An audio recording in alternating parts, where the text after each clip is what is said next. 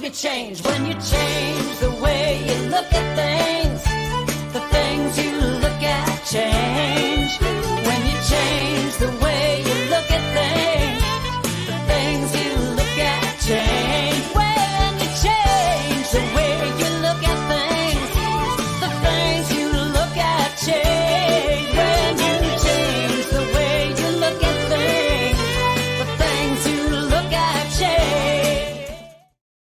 On behalf of everyone at New Thought Media Network, thank you for being a member of our virtual family. Your financial contributions help share the New Thought message with people from around the world. Please visit and contribute at www.ntmedia.org/donate. New Thought Media Network. Come be you. And please like, share, and subscribe. Until next time, peace and blessings.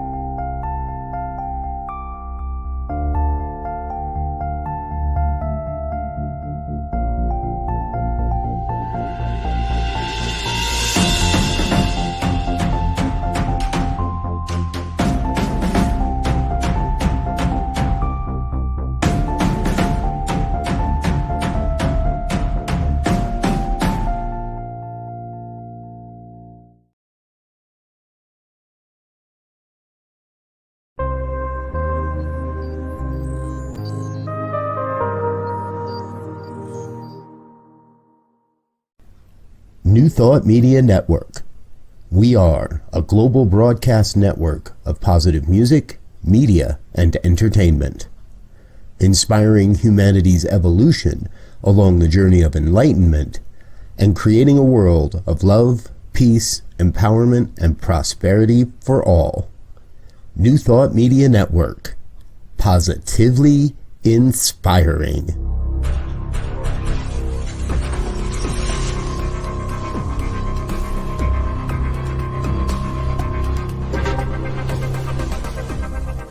Live from a secure concrete bunker somewhere in Ohio, New Thought Media Network presents Pastor Michael Mangus with Friday's Fireside Chat, spiritual conversation for today. Here he is from the secret radio room, surrounded by thousands of watts, Pastor Michael Mangus. Well, hi there, Diego. Diego, am I coming through? Or am I still on delay? Oh, I'm okay now. Oh, okay. Good. What's this? All right. Well, I'm just going to go ahead. Hi there. Good evening. Welcome. This is the Friday evening Fireside Chat here on your New Thought Media Network. I am Pastor Michael Mangus, joining you this evening from the super secret concrete bunker surrounded by thousands, and I mean thousands of watts. Here in Akron, Ohio, that is so top secret that only one person, that's Diego Reyes, my producer, only he knows where I'm located. Everyone else, including and especially the Reverend Robert Brzezinski, he has no clue where the top secret bunker is located, and we are going to keep it that way. We have a wonderful show for you this evening. Again, please feel free to interact with us by posting your comments here on Facebook. And for all my shy people out there, I know you're out there. All right? Just send me an email. pastormichaelmangus@gmail.com, pastormichaelmangus@gmail.com. Purpose of our fireside chat is to talk about contemporary issues from a New Thought perspective. And as I keep saying, I want us all to have a new thought about what is going on in the world and our part in it. Believe it or not, we all, because we are all one, that we all have a part in this, and so we can go ahead and we can help be a part of the solution.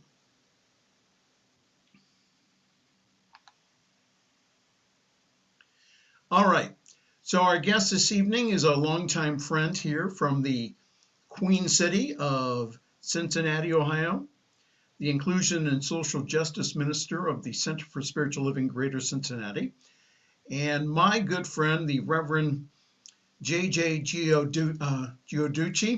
and we will be discussing a variety of topics, including the election this week. The Right Reverend Sister JioDucci will be our guest this evening at about 25 after the hour. All right. Today is Veterans Day, federal holiday in the U.S. honoring men and women who have served in the armed forces. Regional observances and events are set to take place across the country to pay tribute to the millions of American heroes. To all of the veterans out there, may you have a wonderful Veterans Day. We appreciate your service to this country. In the news this evening, votes are still being counted in the critical House and Senate race that will decide who controls Congress next year. In the race for the Senate, the election officials say it may take hours or days to count the more than 500,000 votes remaining in Arizona and around 95,000 in Nevada. Republicans need to pick off 2 Democratic seats to win the Senate majority. Meanwhile, there are many key races that have yet to be called that will determine the future of the House in January.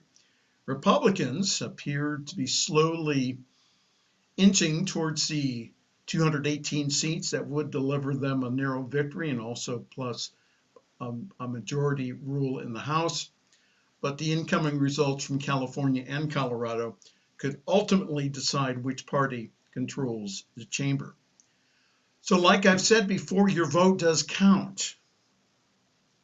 And 3 states ratified abortion rights, with 2 others striking down abortion bans, including Kentucky, of all places.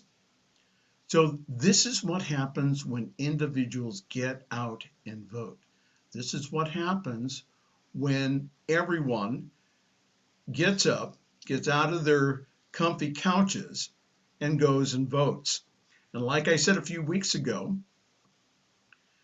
does my spirituality guide my political views or the opposite? If my politics govern my religious or spiritual beliefs, whom am I worshiping? The golden calf of Baal? Look that up, all of you younger people out there. It's in the Old Testament, by the way. My spirituality shapes my worldview. And my spirituality takes into consideration my brothers and sisters, not only in this country, but also globally. Now, the next one is one of those issues that should be influenced by our Judeo-Christian ethics, and this is the issue of student loans. A federal judge has struck down President Joe Biden's student loan forgiveness program, declaring it illegal. Biden's program was already on hold due to a separate legal challenge, but a new lawsuit filed by a conservative group will delay the student loan relief even further. On Thursday, a Texas federal judge who was nominated by the then President Donald Trump found that the executive branch does not have clear congressional authorization to create the student loan forgiveness program. So what if 26 million people did not have to make student loan payments every month? Wouldn't that extra income encourage spending and economic activity? And this opinion comes from someone who's taken out student loans for his bachelor's degree and also paid them off. And I thought that forgiveness was a part of our Judeo-Christian heritage in this country. Access to higher education and the cost of it is a moral and social issue because it does affect society as a whole. Why can't we make higher education affordable by lowering the cost or providing at least a portion for free like other Western countries? So here are some important student loan stats. Did you know that the average student loan debt in this country is $36,510?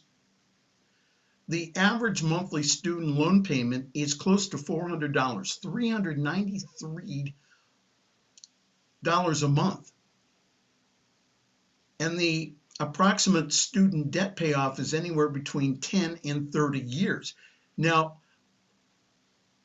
if you're a medical student, or if you're someone who has gone to dental school, or you have taken higher training in your medical profession, are you ready for this? The average debt is $203,000 of debt. Now, someone's going to say here, they're going to say, well, okay, they're going to be able to pay that back. Now, some do, but some don't, though. Giving individuals access to higher education, especially also for trade schools, not everyone is cut out for college here, does make a difference for a world that does work for everyone. At least 4 people were killed after Hurricane Nicole hit the Florida eastern coast as a Category 1 hurricane this week. Photos of damage shows buildings and homes that have been ripped apart in the wake of a dangerous storm surge and powerful winds. So our prayers are with those affected by this very rare December storm. And could it be climate change?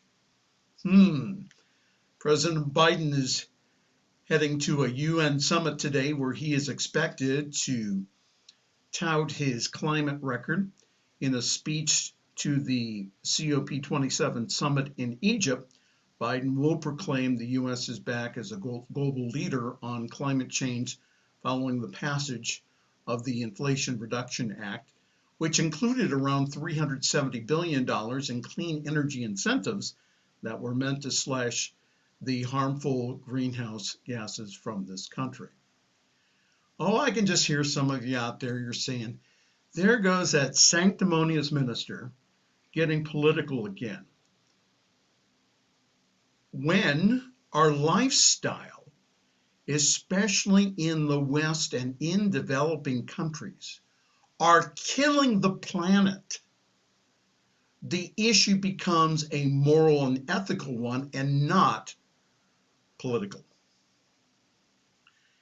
In other news, gas and grocery prices, Americans grapple with high inflation are finally getting some relief. Prices overall have surged 12.4% through October versus a year ago. But analyst at the market research firm of Nielsen IQ says that there are some deals to be had in fresh produce.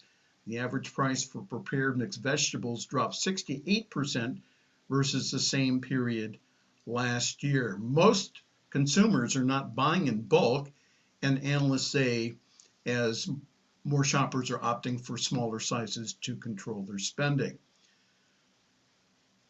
We have news today also from the Ukraine. Russian forces have completed their withdrawal from the Ukraine's Kherson region, including the city of Kherson. Russian Defense Ministry said today it comes after Moscow ordered a partial retreat from the region this week, marking it as one of the biggest military setbacks for Russian President Vladimir Putin since the war began. Ukrainian troops have entered into the city today, and residents were seen waving flags in the central square. So finally, from Akron, my hometown, Here's some good news from the election this week. Wow, wow. And 62% of Akron said yes to issue 10, sending police oversight plan to council and also to the mayor. From our own Akron Beacon Journal says a campaign that was born out of protest in the days after the death of Jalen Walker ended when the polls closed at 7:30 on Election Day. Akron decided it would go further to oversee the police in the city. With every precinct counted, 62% of Akron voters said yes to issue 10, which now tasks the city council and the mayor with crafting new rules for a more robust civilian oversight board and police auditing next year. All I can say is wow, wow, wow. And those are the quotes from Judy Hill, who is the president of the Akron NAACP and who was a leading proponent of police reform. The people of Akron have spoken. A statement released on Thursday morning by Walker's family attorneys said that the family is overjoyed and humbled by the passage of Issue 10, which they call Jalen's Law. I won't read the rest of this. But the whole idea here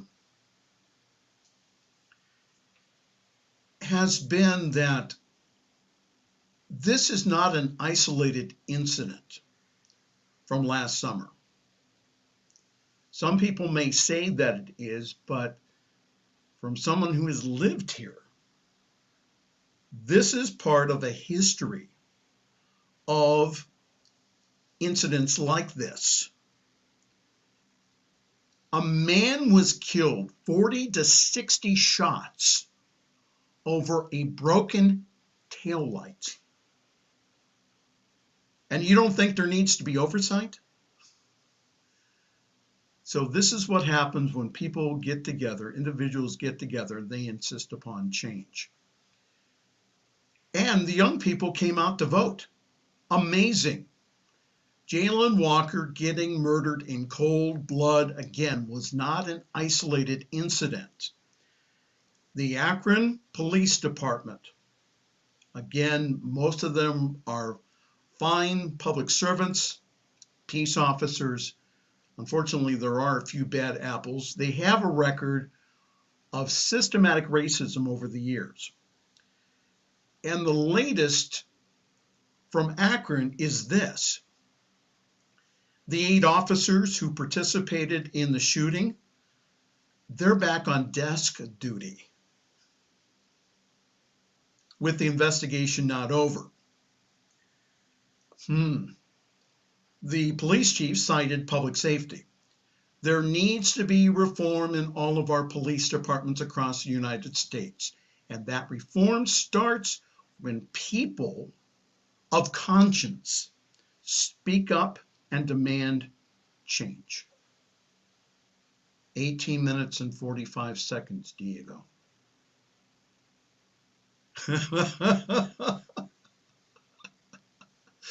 Oh, we have a great guest for you this evening. She is the Inclusion and Social Justice Minister for the Center for Spiritual Living Greater Cincinnati. And that is my good friend and sister, the Reverend JioDucci. And she will be speaking this evening about, she probably has a few comments about the article I just read. And again, this is when people get together and they demand change, change happens. I know a lot of you just want to go in your little prayer closets and go ahead and, oh, I have to, let's just change consciousness. It's time to speak up and speak out. All right. We have right now some news, some announcements, and then we'll get back into having our guest this evening. As Diego has put up on the screen, yours truly is parking himself at Summit CSL. For more information, go to summitcsl.org. There and only there, you'll find information about our wonderful Sunday gathering online, 10:30 Eastern at 7:30 Pacific time. Grab your cup of coffee or tea, your espresso. And for those of you in Cincinnati, you can get your Cincinnati chili and join us. We do have one of the best services. I really do believe in New Thought. And this Sunday, we'll have our music director, Reverend John Miller, speaking and performing the music. As I explained to some guests last Sunday who joined us on Zoom, is that we, because of copyright, that we have chosen to go for and to all original music. So John's music is absolutely wonderful. Our service is also simulcast on Summit Spiritual Center of Akron Facebook page, and our Facebook page also has past broadcasts of the Fireside Chat, and yours truly when he prays on the New Thought Media Network. Again, I just talked to Robert today in a 1-hour meeting. Diego, he's not giving me the 3 months vacation in my letter of call. I did try to get a little more money for you. We're working on that. Okay. Anyhow, just go to ntmedia.org. There you'll find our complete schedule. We're adding programs almost weekly here. And again, we have a wonderful schedule for you next year for 2023 that we are currently working on. And while on that page, if you could go to the donate page, that really helps us out. For those individuals, again, who are already donating, thank you, thank you, thank you. And for those who have not yet, please go to our donate page. Consider partnering with us. We have the opportunity here to take this powerful message to the world through this technology. It's exciting. I mean, you know, from my super secure concrete bunker, we can reach the world. Isn't that cool? And that you have a part in that by sponsoring our programming, by helping us out, get this message out. So please do that. You affect the world when you do help us out here at New Thought Media Network. That's ntmedia.org/donate. All right, Diego, time for a break. And we'll have the very beautiful and talented JioDucci, who is the minister of inclusion and also justice down at the Center for Spiritual Living Greater Cincinnati. This is the Fireside Chat here on your New Thought Media Network.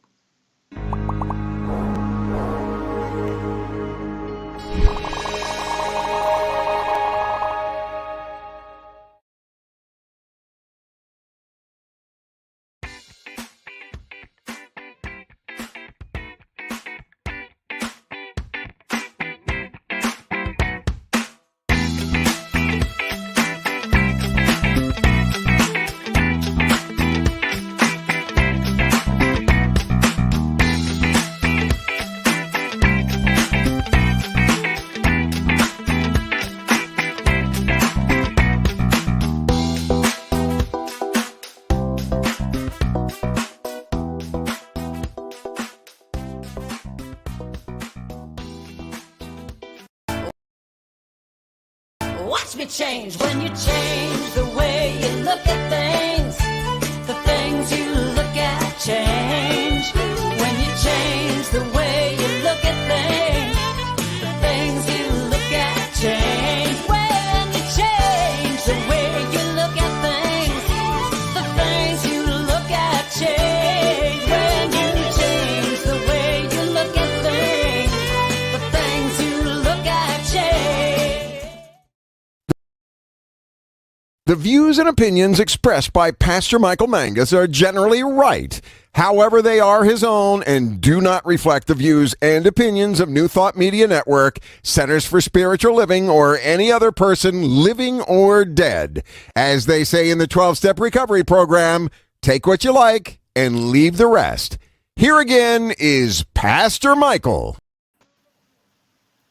The Reverend JioDucci is laughing in the background, because the The reason we did that, Reverend, is because that I knew that some of the things that I would say on this program would be extremely controversial and may head back to the home office of the Centers for Spiritual Living. Yes. So we made sure our legal department, which is down the hallway past the snack area, it's to the right.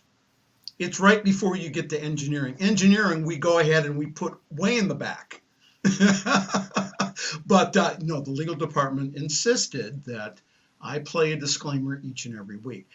Let me introduce our guest. She's absolutely wonderful. The Reverend JioDucci is the graduate of Holmes Institute School of Consciousness Studies. She has earned her master's degree in consciousness studies. She answered the call to ministry, which she calls her second act, and currently serves as the Inclusion and Social Justice Minister for the Centers for Spiritual Living in Greater Cincinnati. JJ has been an active leader in social and economic issues down there. She's led several nonprofits. She started nonprofits. She is, again, currently working a day job so that she can do all the fun things that she can do in the evening. But really, it's an honor to have on the program this evening someone I've been wanting to have on for a long time. Please welcome with me the Reverend JJ JioDucci. Good evening, ma'am. Thank you. How are you? I'm well. Thank you so much for having me. I'm honored to be here with you today. Well, let's talk about the last news article with Jalen Walker. That happened here in our home state of Ohio. So what are your thoughts about that? My thoughts about it is the police oversight is very much needed. And it happens in Cincinnati, and we do have police oversight here. And citizens are on it, and other police officers participate in it. A lot of things have taken place over the years to help make us a better place, or in Cincinnati, a community or a city that works for everyone. We still have issues of police officers' misconduct. We still have issues of crime. We still have issues of lack of gun control consistency. But Yes. we do have oversight, and the police know they have to answer to a higher power. Let me give you an example. Earlier this year, a police officer was on duty and was heard making some very derogatory remarks and racist remarks. It was reported. Sometimes they are recorded. And she was Called body cams. Go ahead. Oh, yeah. She was discharged. She was discharged. My question is it worth losing your career for misbehavior? But you cannot legislate the heart. You can't govern the heart. So if we have people in power who carry that with them, that hatred, that racism, which I will not ever take a spiritual bypass and say, oh, it doesn't exist. Oh, there's nothing or no one against you. That would be a lie, and that would be untrue. Yes. And science of mind is understanding and accepting the truth for what it is, and praying and move your feet. It's not praying and sit there and praying that something's going to happen, because we are empowered to make that change should we want to. So with what happened here, this was a female officer lost her job. But what happens also is, as an African-American female, my concern is we need to do more in the African-American community. And I said it, to respect ourselves and not use those terms either. I don't find it flattering. I don't find it it's something I appreciate. I don't like hearing it in music. And I have great nephews, I should say, young men, beautiful composers and writers, and one of them is a minister. And they write and compose and edit, and the N-word and all that stuff is in it. And I said, Auntie would like to hear something different, because as well as you write, you can communicate better than that. That's where I'm coming from. I reject people saying that Black folks own the word now. It's unacceptable to me.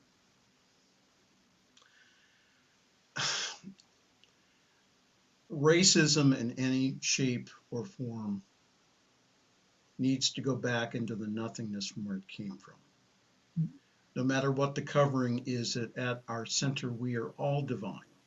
Mm-hmm. And it just, again, this whole idea that we in New Thought should just be quiet about it. I had a gentleman on our show, I think it was about a year and a half ago, Diego, you can correct me. He came on and he said, in a chat, he said, this is not like the New Thought of the 80s or the 90s. And they also said that the Black ministers, Reverend Ike, was mentioned, and also I think it was Barbara King was also mentioned. They're saying that, well, they didn't speak about it. Well, no, they did speak about it. Mm-hmm. And it was, again, they did talk about that with their congregations. So I think that, again, we in New Thought today, again, you mentioned a word called spiritual bypass or spiritual band-aid, mm-hmm. which is, again, that's the tendency within our movement to go ahead and to cover over extreme hurt and pain. So the newer thought about that is, let's get rid of the hurt and pain and let's heal, mm-hmm. so that we can have a world that does work for everyone. And that, if necessary, we need to do what they did in Akron, which is, again, they gathered 7,000 signatures in weeks. They canvassed house to house. Yes. They got the young people involved. And what happened was it passed by 62%.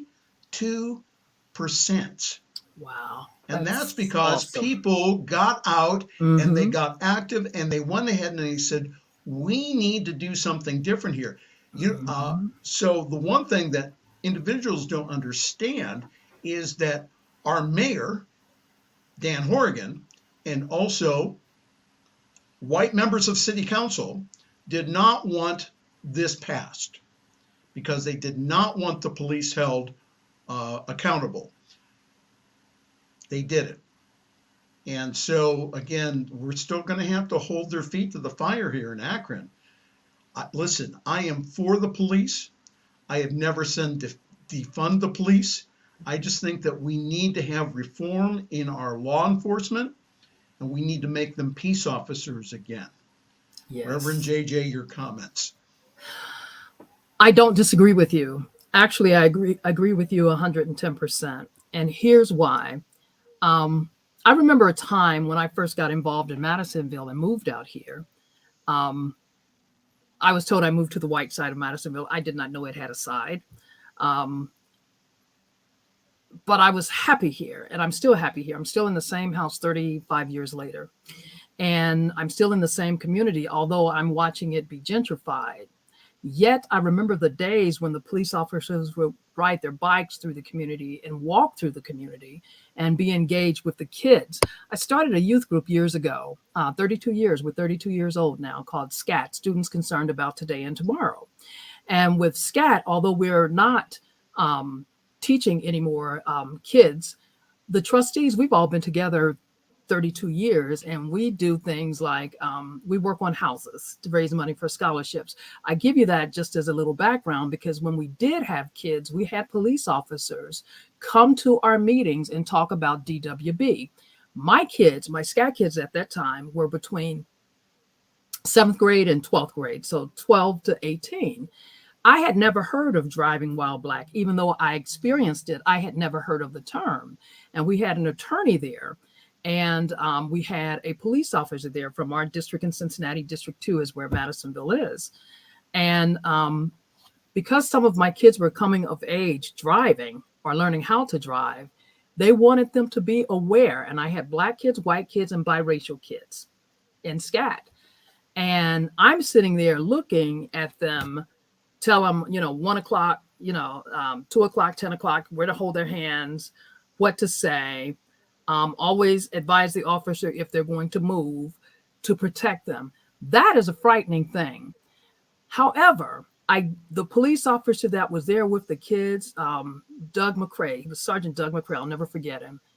Kids out here that had a KPS out on them that they had not reported to court or jail or whatever, they would actually look for him to turn themselves into him because they knew they weren't going to be harmed. They knew they weren't going to be beaten. Now, they may get a prayer and a song on the way down to the Justice Center. I'm okay with that. But he loved them up right where they are.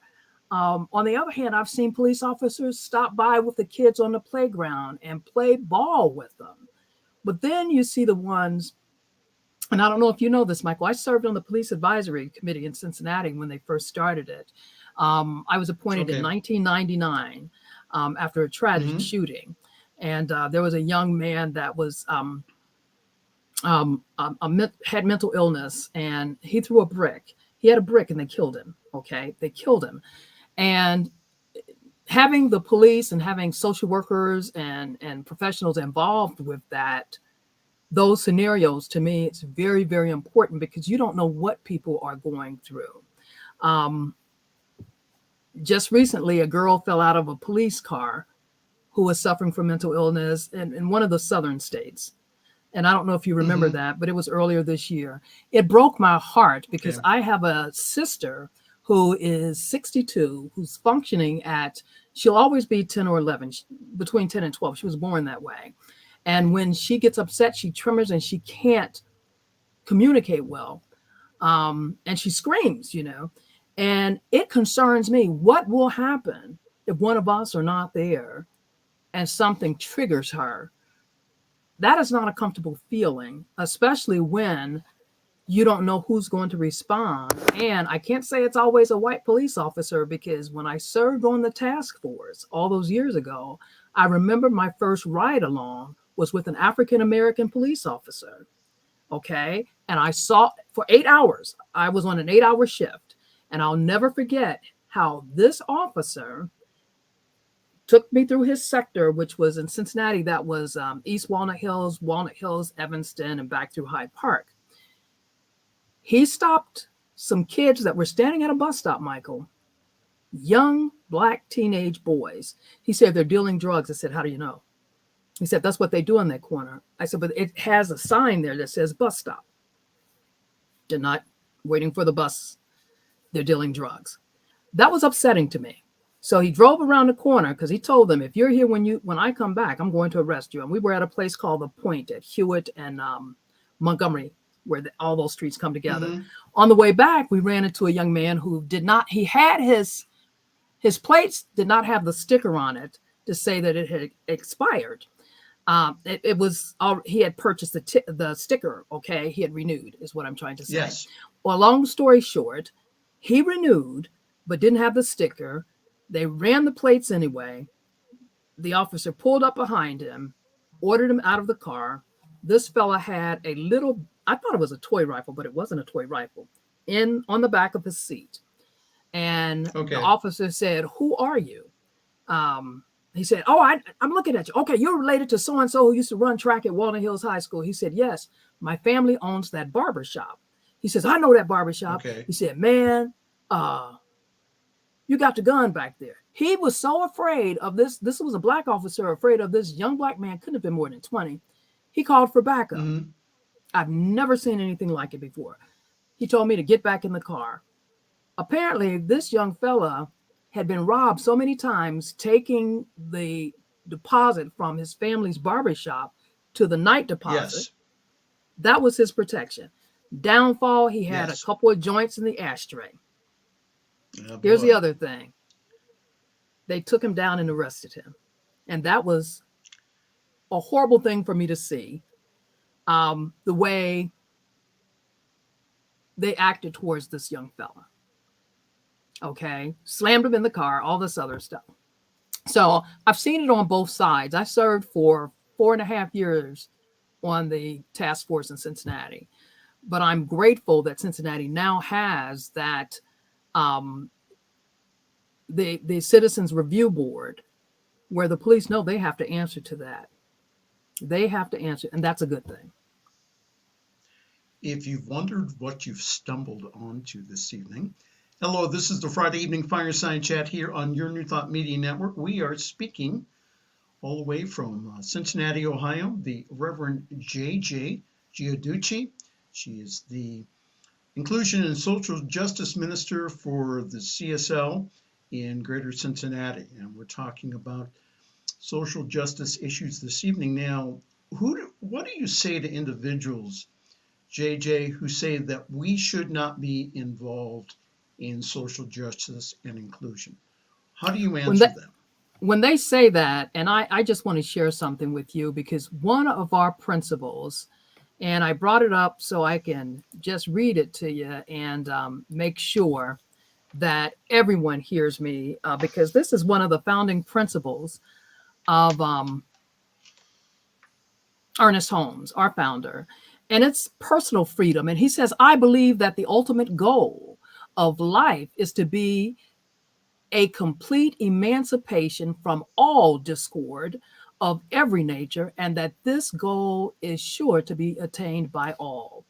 And when I read that, it resonates with me so much, because it speaks to what I'm trying to do in the social justice arena here at our center.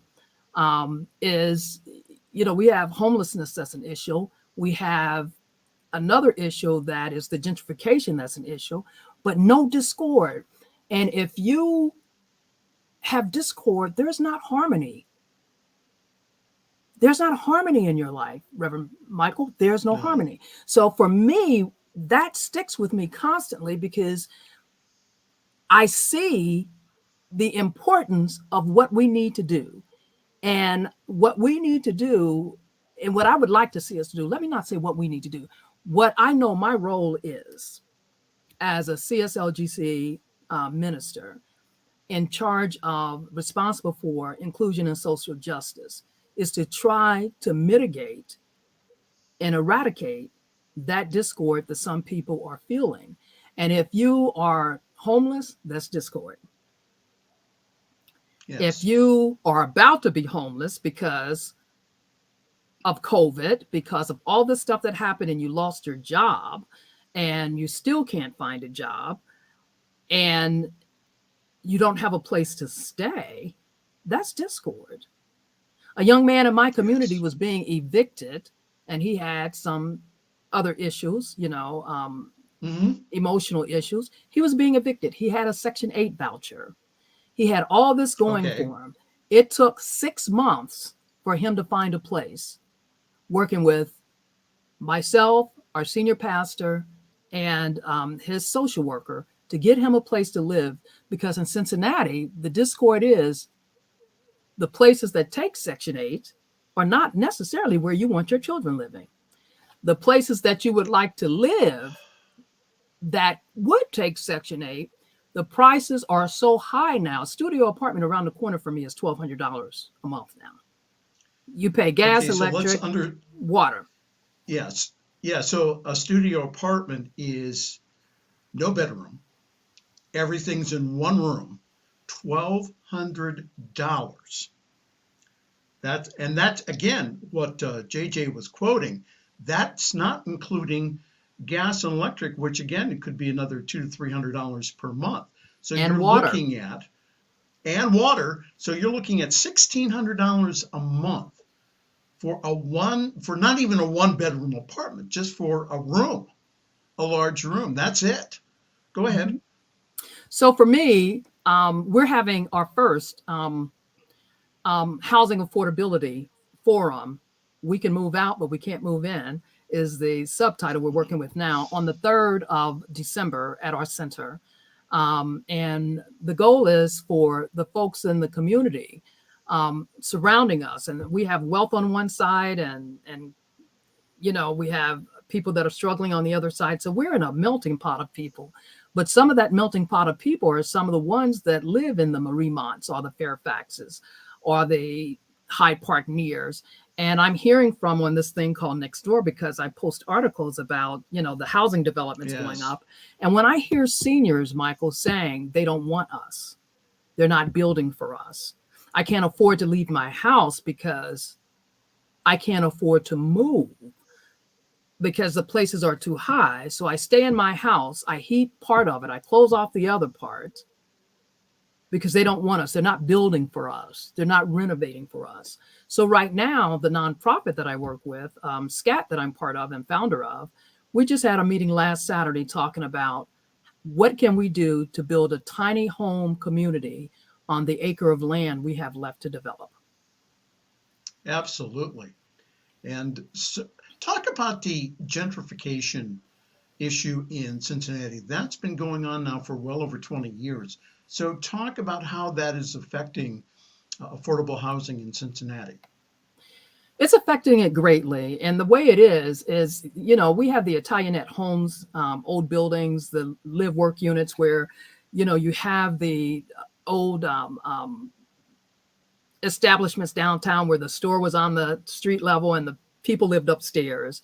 And those buildings have been converted for the most part into upscale, market rate lofts. Wonderful, but they're not inclusive, You have in my neighborhood of Madisonville that we were so concerned about the lack of housing in Madisonville and the lack of goods and services in our community and the dilapidated buildings that used to be on the four corners of Madisonville. We did an Oprah, please make our wildest dreams come true when she had that years ago. And we sent this video. There were people standing on the corner with pigeon poop all over the place. And we were recording and like Diego likes his production work and he does a beautiful job. We have a producer in our community that recorded this, no cost for us. And we got it ready, sent it to Oprah, didn't hear from her. And the city just would not work with us or the developers that we wanted to work with to work this corner. They said, it's not time. It's not time. Well, over time, what they did is land banked, and they have a developer that has come out and has amassed 3 of the major corners here and has buildings that you can't live in that studio apartment if you have a Section 8 voucher and you have a child, because it may have the affordability index you need for that Section 8 voucher, but it doesn't have the required livability quotient in the number of rooms you need for the child. Yes. And 2 bedrooms because mom can't sleep in the bedroom with the kids. I want to address something here. Facebook user says the room you are in looks like the room you have a studio apartment. Rev, are you saying that about me, or are you saying that about our distinguished guest? We both live in homes, so I don't know why that was said, but bless you. why even you would even bring that up? But we have to take this seriously about, again, affordable housing and homelessness, because it's all around us. Even here in Akron, people say, well, they have gone ahead. Oh, okay. I'll just bring this up. I'm saying that a studio apartment is no bigger than the room you're in. Okay, thank you. I appreciate that. So we have it all over the place. And again, for me, it's going to get cold up here. I know it gets cold in Cincinnati, but it's going to get really frigid around here. For me to be able to sleep at night, how can I sleep at night? As someone who is spiritually aware, how can I sleep at night and know that somebody is out there in sometimes sub-zero temperatures? Yes. Homeless. And so again, that's been one of the issues here in Akron and also down in Cincinnati, is again that when these individuals, they go ahead and they get together and do like a community, a tent city, is that the city will go in and say, well, we need to go ahead and we need to condemn it because of the trash and everything else, and not addressing the issue about where are we going to put these people? These are individuals. These are people. These are not animals here. Mm-hmm. So where are we going to put them? And that, again, the whole idea of tiny houses, of temporary housing, of getting people help, that's part of it. So Sage Lewis, who I've tried to get on the show, very much an advocate up here. And Sage has gone backwards and forwards with the local politicians saying, Mm-hmm. you need to address this. Oh, they don't like Sage. Because, again, he gets in their face and he says, you need to deal with this. So I think that, again, people of conscience, people that are aware, people who have their hearts opened, these are issues, again, that we need to be addressing here, and also not only helping, but also demanding from our local politicians affordable housing, places from the land bank. We have a land bank up here. Why couldn't we get 2 or 3 acres out of the land bank and go ahead and build tiny houses on them? So we're still working on that here in Akron. So my question is, so how do we really end or cut down on the amount of homeless on the streets? I grew up in Cincinnati, as I shared with you before, and I was a member of Southern Baptist Church. You know, that was my home church. I was baptized there when I was 8 years old. And something I never understood until I, got a little older is our pastor and our deacons really hit the streets and really started buying up vacant and properties to make housing and rent to members at an affordable price that needed housing at our church. At one time, we owned almost an entire block of houses that the church took care of, and the people could walk to church, but to make sure they had homes. I remember the late Reverend Fred Shuttlesworth, who I had the pleasure of meeting several times. And his church was among one of the first ones to build subsidized housing years ago in Cincinnati. And I do know there's an interfaith housing network in Cincinnati that's working on some things. But I do realize, too, how big of an apple can I bite? And in my area of Cincinnati, where I live, my backyard backs into the village of Fairfax, which is not part of Cincinnati. It's its own village. Cincinnati has 52 neighborhoods and 40-something municipalities. So I'm next. Our center is really next to most of the municipalities and one neighborhood. But what I'm saying this to say that one of the big things that Reverend D and I are trying to look at, and we did have a meeting with some ministers midsummer last year to talk to them about what is ours to do.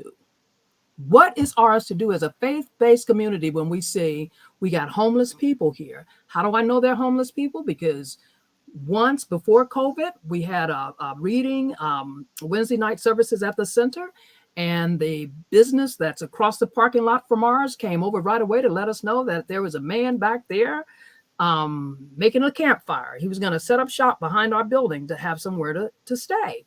And folks said, we're going to call the police. I said, no, I'll go to the police station. Don't call the police on this man. Let's ask him to leave. He was a newly homeless man. He had on a very nice trench coat, or he could have been someone that had dementia. We don't know, but I did not want to call the police. I wanted to say, what do you need and why are you here? And how can we help you? That to me is that principle. No discord, harmony.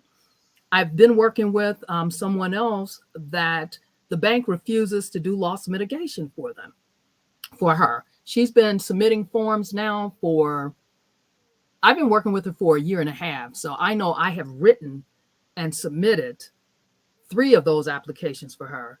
I used to work for that bank. Wow. And it's very painful to see how she's being treated.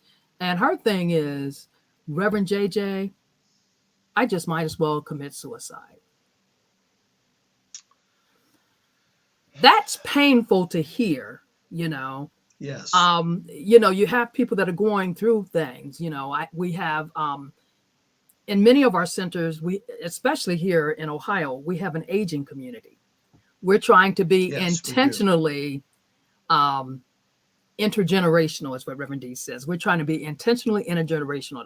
So I do the marketing down here, and I'm pushing for that now, reaching out into the community and changing the music around a little bit and inviting them in. However, you've got young people, millennials and Gen Xers that are still living at home with mama, because where are they going? They have student debt. Right. So they can't go anywhere. They cannot leave home. You have 27, 30-year-old, 35-year-olds who are at home, who finished college. They're still at home with mama because they can't afford to move out. On the other hand, you've got seniors who are trading off getting their medicine or not getting their medicine to eat, or getting their medicine and stretching it. You know how they used to say, well, I'm stretching it out a little bit, so I take half today and I skip a day. You can't do that with diabetes. No, and I think that, and I think that we have a couple of communities here in Ohio, in northern Ohio, on which that they were taken over by developers. These are mobile home communities. They're raising the rates in those communities, the rents, to unbelievable rates, like 20 or 30% over a period of 3 to 5 years. So again, we need to have compassion here, and that when greed happens, that we of the faith community need to speak up and speak out about this. We have 1 minute to go, Reverend JJ. Thank you so very much for being on with us this evening. You. Do you have any parting thoughts for us tonight? Yes, pray and move your feet. Prayer without work is, as it says in the Hebrew Bible, is dead. We must pray and move our feet. And as religious science practitioners, which we will always be, yes, we can pray about it, but we need to do about it and be about it. Absolutely. From Cincinnati, Ohio, the Reverend JioDucci. And again, she is the Inclusion and Social Justice Minister for Center for Spiritual Living Greater Cincinnati. If you want to get a hold of her, again, look up their website, Center for Spiritual Living Greater Cincinnati, and you can get a hold of Reverend JJ. Thank you for being my friend. I just really appreciate all the work that you do. Thank you. Thank you so much for having me. All right. Thank you. Okay, so time for us to go here. We will see you next week when we have another fun-filled, throw-packed, and always exciting edition of the Fireside Chat here on New Thought Media Network. Pastor Michael Mangus wishing you a very pleasant good evening. Thanks for joining us this evening for Friday's Fireside Chat with Pastor Michael Mangus. Join us again next week at 8 Eastern, 6 Mountain for more spiritual conversations for today. For more information and replays of past shows, please visit the New Thought Radio and Media Network's Facebook page. Until next week, may God bless you richly and abundantly.